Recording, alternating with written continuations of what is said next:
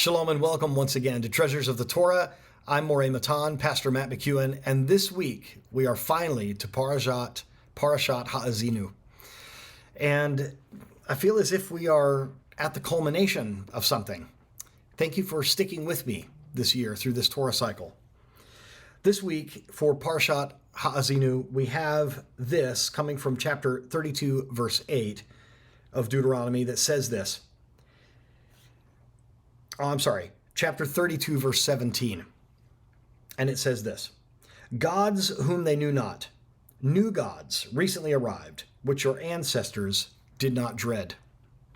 Here is a comment that is attributed to the Chassam Sofer, and it says this: the younger generation is always a little weaker in religious conviction than the older one. However, in the past, these differences were well within normal limits. There were expected differences between young and old, but the chasm existing between generations today is wide beyond belief. Indeed, the younger generation bears no resemblance at all to its parents. It is almost like a new people with new ideals and new idols, altogether unknown to the previous generation.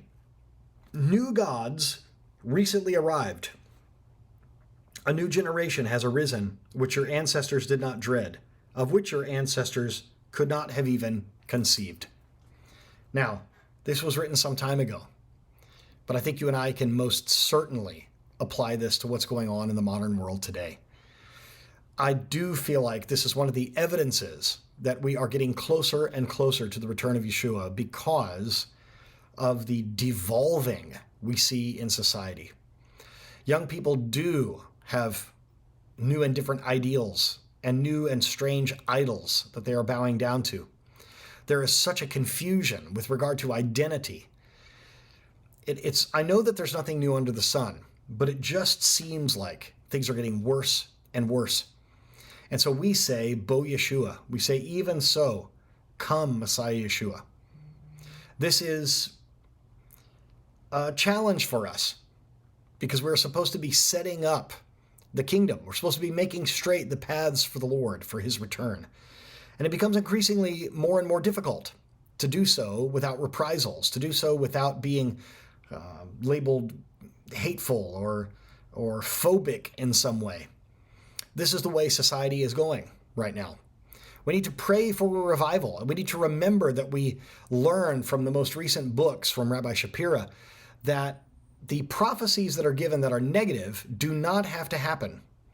We have the ability to change the course of history, as it were, by repenting and turning back to the God of Israel. Let us be about that business. Let us not be discouraged. Let us see a young generation of people that are adhering to Torah, that are changing the world and its direction for the kingdom of our King Yeshua. Let us be about that business. Let us not give up and become weary in doing what is right because of the headlines that we see and the news stories that we see. But let us raise up the next generation to change the tide, to be more holy than the generation before. And let that generation be the one that sees the second coming of the King of Israel. May he come soon, quickly, and in our days. I pray that this has been a blessing to you. Thank you for joining me all throughout this last year. Shabbat Shalom.